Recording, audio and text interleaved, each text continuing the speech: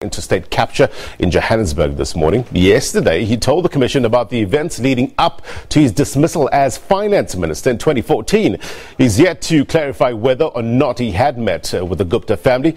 He also appealed to the Commission to investigate the controversial nuclear deal, saying it was well outside the country's budget.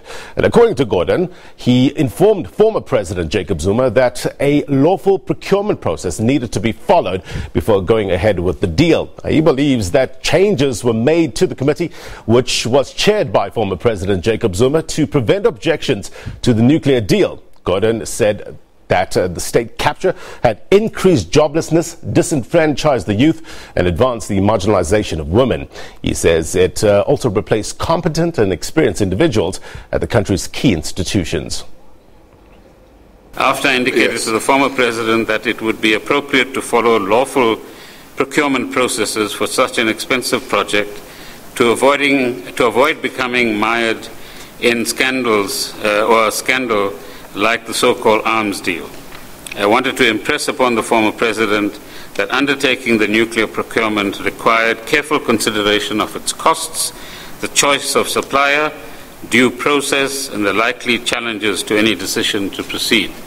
It would be quite easy for example, a bidder from the United States or another country to contest whomsoever you contract to deal with in the final instance. It's one of the top stories today. For more, let's cross to our reporter Mzwandile Mbeje live for us in Parktown, Johannesburg. Mzwai, thank you very much indeed for your time. Eventful day yesterday. The EFF and Black First, Land First, side by side outside the Commission of Inquiry into State Capture, making a number of allegations.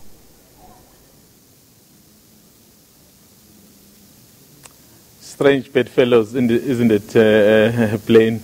But of course, united by a common enemy in this instance, because they both are demanding really that Minister Pravin Gordhan should step down. So we expect, according to what they said yesterday, to see them converge outside, piling that pressure. It's possible from the hints of the Deputy President of the EFF, Floyd Shivambo, that perhaps even Julius Malema could come, but we don't know at this stage if that will materialize, and if the people will also come in their numbers. Really, they are piling on the pressure on Minister Gordhan to say he needs to go. They are accusing him of a range of issues. They say he manipulates processes to benefit himself and the family. And interestingly, Blaine, the BLF are essentially accusing him of being in the pockets of the Ruperts, and then the EFF is basically saying so he's the enablers of the Gupta. So it's quite interesting. So we'll see what will happen today. But are they coming forward and saying we've got 1, 2, 3 evidence? In terms of evidence, do they have it?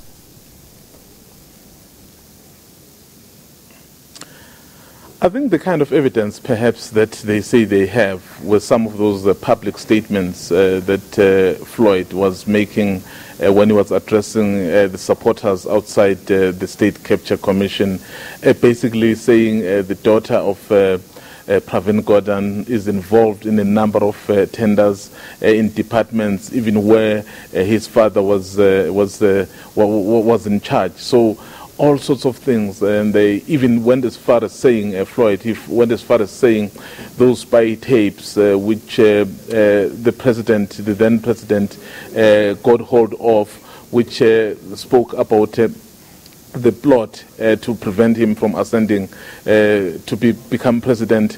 Floyd basically placed that directly at the hands of Minister Pravin Gordhan, saying the person who got those tapes and gave them to former President Jacob Zuma was Pravin Gordhan.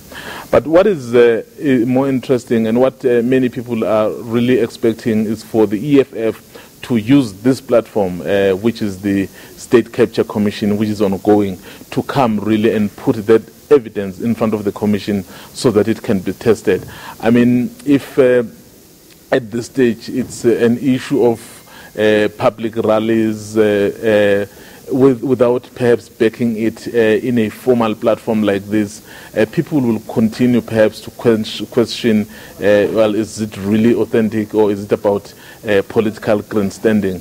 But as they say, they are very adamant and they are making it clear that what happened to former President Zuma and what happened to former Minister Mzwandile will happen to Minister Gordhan, because they are saying they will continue to pile on that pressure.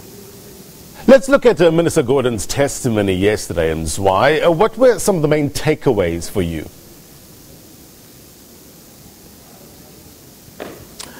Well, I think there wasn't anything new, plain, but what perhaps came out was that many of what he said was, I would say, was confirming or corroborating what Minister Mzwandile had said in his testimony. Basically, he was sketching a scenario into how these things happened and how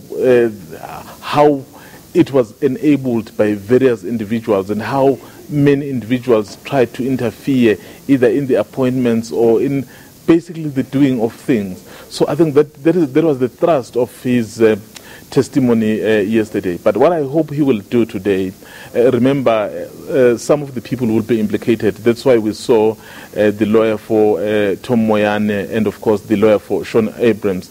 So I assume that perhaps today we may hear a thing or two about the NPA, hence Sean Abrams is implicated.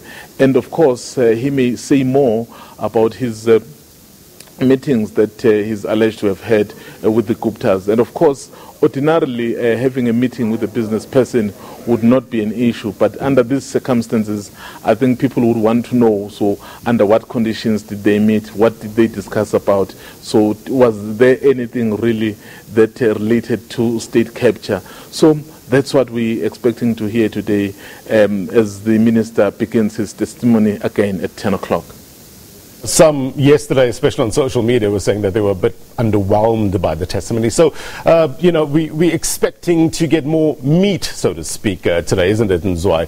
Gordhan's testimony contained in a 69-page affidavit was leaked to the media 2 weeks ago. So, we pretty much know, exactly where he's going with this.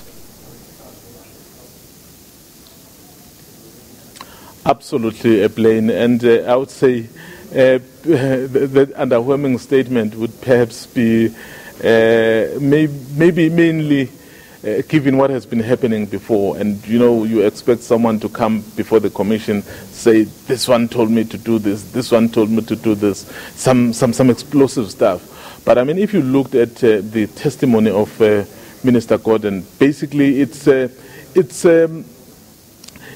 I think there's a word he used which was quite interesting. He was saying connecting the dots. I mean, he is saying things that were happening. So perhaps when they were happening at the time, you couldn't really be able to then decide if there was anything wrong that was being planned. But if you then connect what happened at point A and at point C and at point D, then you could see that, perhaps it was a bigger scheme to do certain things. That is why time and again he would say you could connect the dots, and then you could see that there were actually elements of state capture very early on, but you couldn't simply say then because it was not just something that was just done all at once. So as he continues with his testimony, Blaine, so I guess people would be able to connect the dots, and then I think he will be able then to complete the picture that he started yesterday, and I think will be much clearer when he finishes.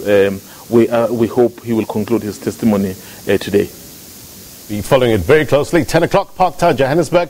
Mzwandile Mbeje, SABC Senior reporter. Thank you very much indeed, sir.